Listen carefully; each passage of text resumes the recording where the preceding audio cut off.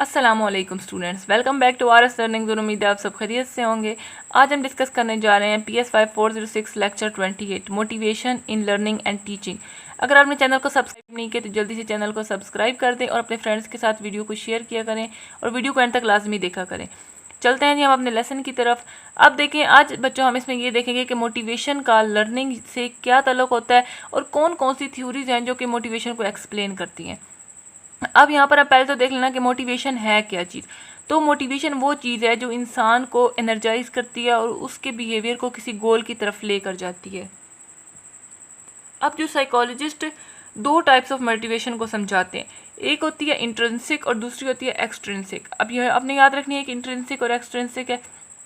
Intrinsic क्या है कि जो ये वो मोटिवेशन है जो इंसान को अंदर से आती है, अपने अंदर से आती है, जैसे उसका इंटरेस्ट या अपनी खुशी के लिए कोई काम करना, जैसे पजल सॉल्व करना या स्विमिंग एंजॉय करना।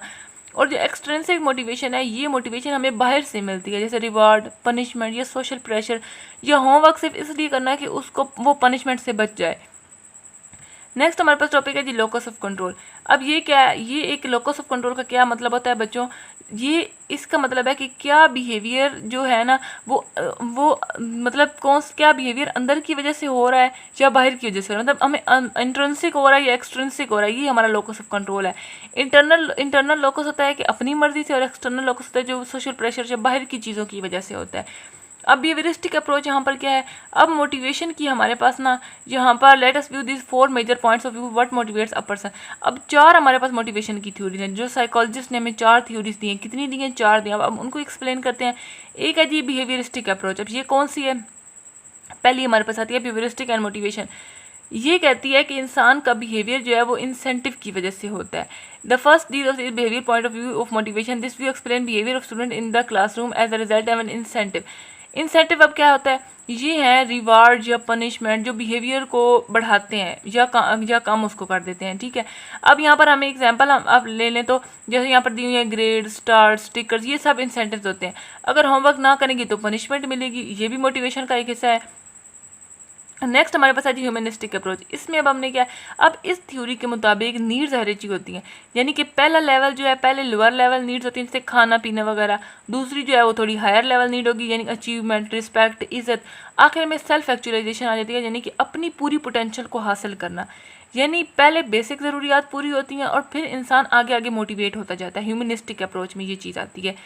अब कोग्निटिव अप्रोच में हम क्या पढ़ेंगे? कोग्निटिविस्ट अप्रोच एंड मोटिवेशन ये कहती है कि इंसान का बिहेवियर सोच समझ और इंटरप्रिटेशन पर जाता है।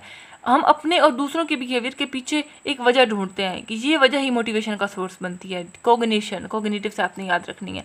अब यहाँ पर देखें सोशो कल्चर, इसमें अब क्या है, इसमें हमारे पास जो मेन है वो ये जो सोशो कल्चर अप्रोच है, ये कहती है कि इंसान सोशल एक्टिविटीज़ में हिस्सा लेने और अपनी आइडेंटिटी बनाने के लिए मोटिवेटेड होता है। जैसे लोग ग्रुप एक्टिविटीज़ करते हैं ताकि वो किसी कम्युनिटी का हिस्सा बन सकें। अब टीचर की जिम्मेदारी क्या है? टीचर की जिम्मेदारी ये है कि ये जो है ना, ये फैक्टर्स हैं वो समझाएं, उनको समझने चाहिए। इंटरनल फैक्टर्स और एक्सटर्नल फैक्टर्स, ये दो फैक्टर्स समझने चाहिए टीचर्स को। अब इंटरनल फैक्टर जैसे इंटरेस्ट, बिलीफ, सेल्फ फुलफिलमेंट, और एक्सटर्नल फैक्टर जैसे रिवार्ड, पनिशमेंट। एक जो अच्छा टीचर होता है वो इन दोनों को मिलाकर स्टूडेंट्स की मोटिवेशन को स्ट्रॉन्ग बनाता है। सो साइकोलॉजिस्ट एक्सप्लेन ह्यूमन फ्यूचर, ये हमने कर लिया। यहाँ पर देख लेंगे एंड पे वही था कि 4 मोटिवेशन में दिया था, नेमली ये बिहेवियर है, ह्यूमनिस्टिक है, कोग्निटिव है, सोशल कल्चर है, जो हमने अभी ऊपर पढ़ी थी। आपने एमसीक्यूज के लिए यहाँ पर ना कि कितने दिए थे, 4 वेज दिए थे। एक था ये बिहेवियर, एक ह्यूमनिस्टिक, एक कोग्निटिव और दूसरा था, चौथा था सोशल कल्चर। अब यहाँ पर हम देख लें कि हमारे यहाँ पर क्वेश्चन कौन से बन रहे हैं।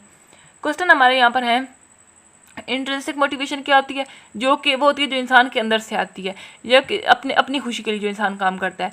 और जो एक्सटर्नल होती है वो क्या होती है, वो सोशल प्रेशर की वजह से या पनिशमेंट या रिवार्ड या बाहर के किसी फैक्टर से आती है।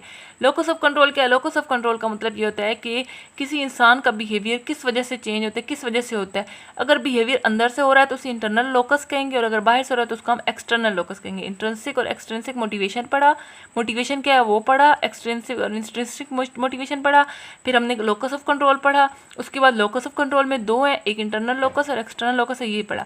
फिर हमारे पास यहाँ पर क्वेश्चन अगर आ जाए बिहेवियरिस्टिक अप्रोच के मुताबिक मोटिवेशन कैसे होती है, तो बिहेवियरिस्टिक अप्रोच कहती है कि इंसान के बिहेवियर इंसेंटिव की वजह से होता है, यानी किसी ऑब्जेक्ट या इवेंट्स है जो कि किसी काम को बढ़ाते हैं या कम करते हैं। ठीक है, इंसेंटिव ऐसे ऑब्जेक्ट होते हैं, N incentive in an object और इवेंट दैट इनकरेज और डिस्करेज द बिहेवियर।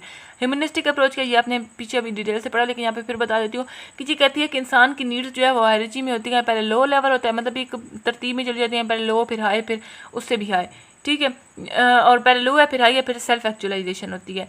ये था जी हमारे आज का लेक्चर नंबर 29 नहीं, आई थिंक लेक्चर 28 था। अगर आपको वीडियो हेल्पफुल लगी हो तो एक कमेंट कर दें, वीडियो को लाइक किया करें, अपने दोस्तों के साथ शेयर किया करें और चैनल को लाजमी सब्सक्राइब कर दिया करें। मिलते हैं नेक्स्ट वीडियो में नेक्स्ट लेक्चर के साथ, तब तक अपना ख्याल रखिए, मुझे अपनी दुआओं में याद रखिएगा। अल्लाह हाफिज़।